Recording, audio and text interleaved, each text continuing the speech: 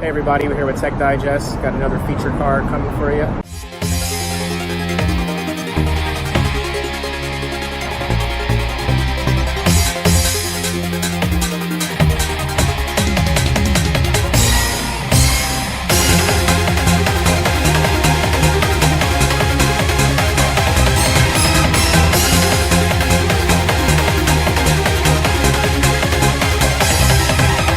Hey man, what's your name? Where are you from? Hey, my name is Angel. I'm from Tampa, Florida, and this is my 1980 Toyota Sprinter.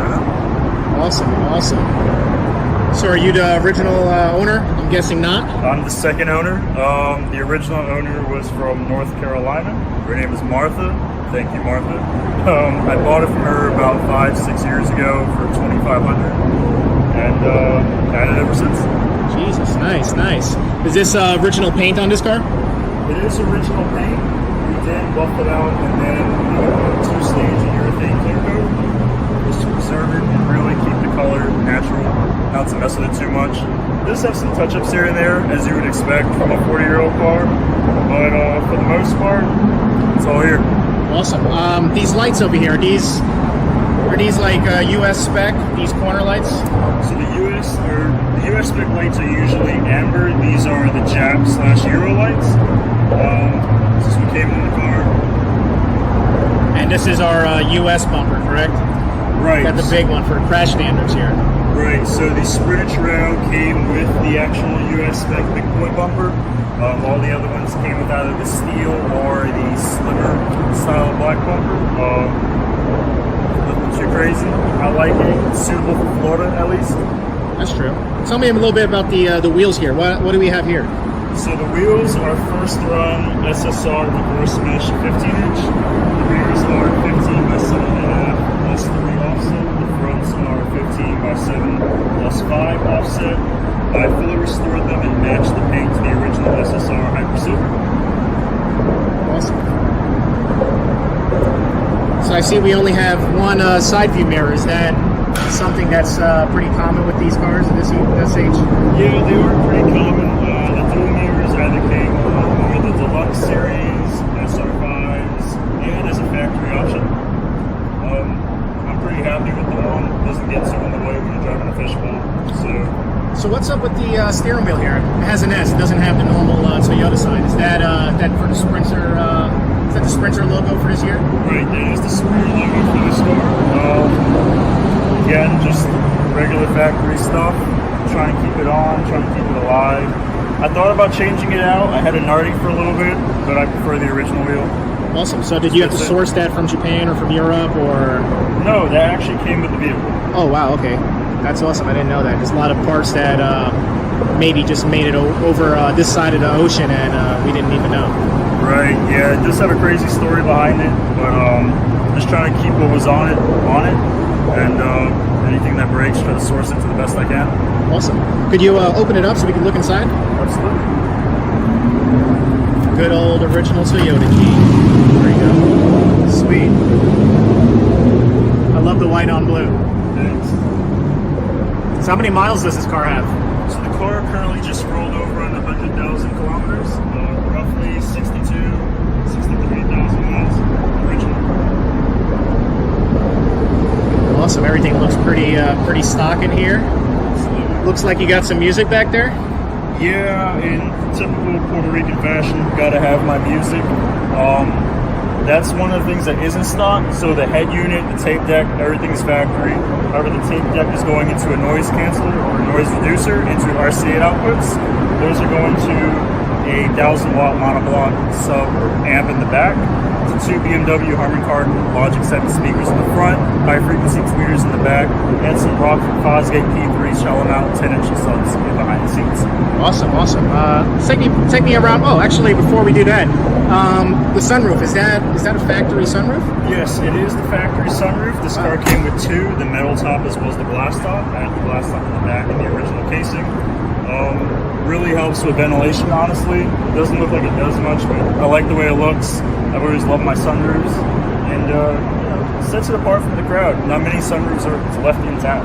Yeah, I've never seen one personally myself, not that I remember. All right, awesome. So you see, you got all the badging here. Right, all the badging is original to the vehicle. And what about the exhaust here? What kind of exhaust is that? So the exhaust is running from the 4-to-1 header in the front, stainless steel, back for a 2¼ inch mild steel pipe going through a high flow cat, out a Viper Performance 2.5-inch Strander muffler. Is it pretty loud? It's pretty tame. When you get on it, it can get loud, but I didn't really want to build it to be loud. I just wanted to build it to look nice, to kind of fit the factory I'm looking to really let the motor sing. Awesome. Speaking of the motor, let's take a look at that, because I like what you have going on in there.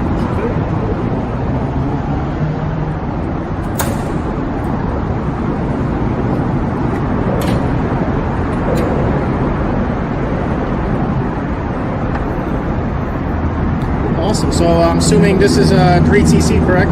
Yes, this is a 3TC. When it was brought into the country back in '80, they swapped it out for the 3T because of car. Thank you, California. Since then, I have actually managed to find another 2TG EU. It's at the house. It's in pieces, really. Parts are hard to come by. And what really sucks is the 2TG EU has a couple different wiring components to it, specifically the alternator, the voltage regulator that was with it. So from the factory, there are a few swap pieces in it just to make it work.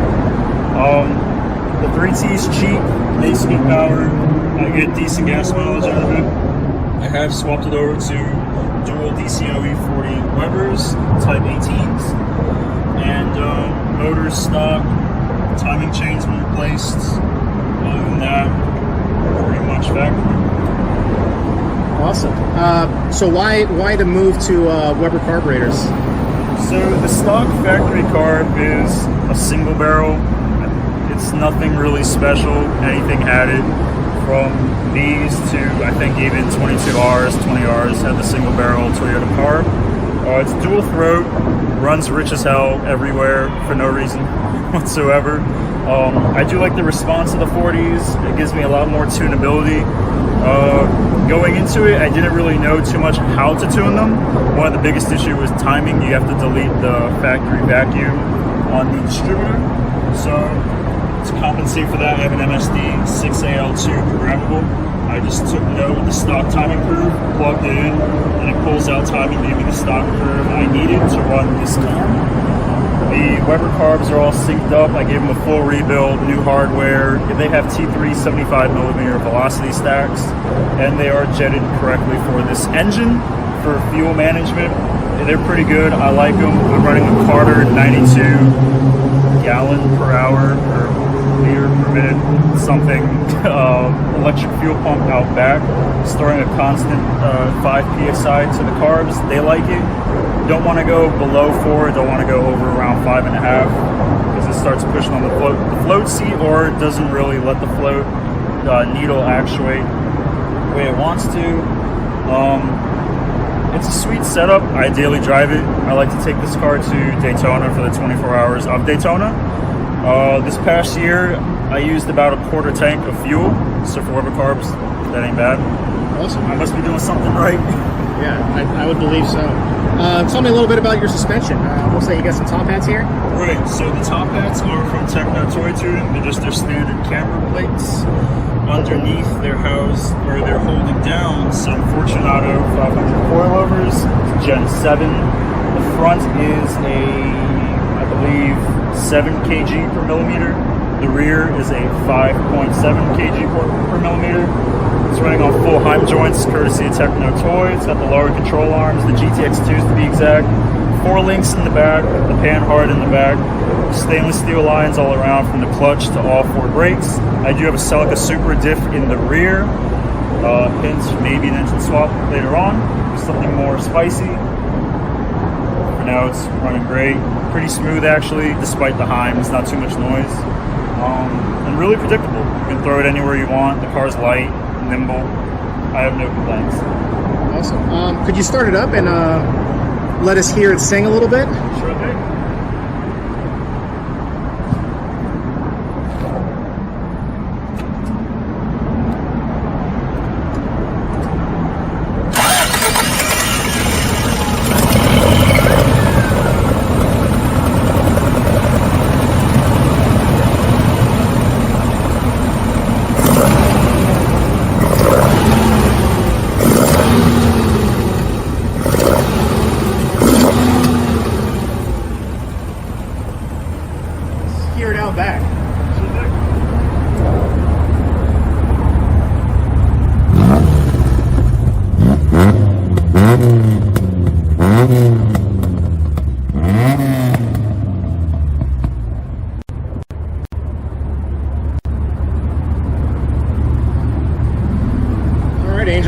appreciate checking out your car.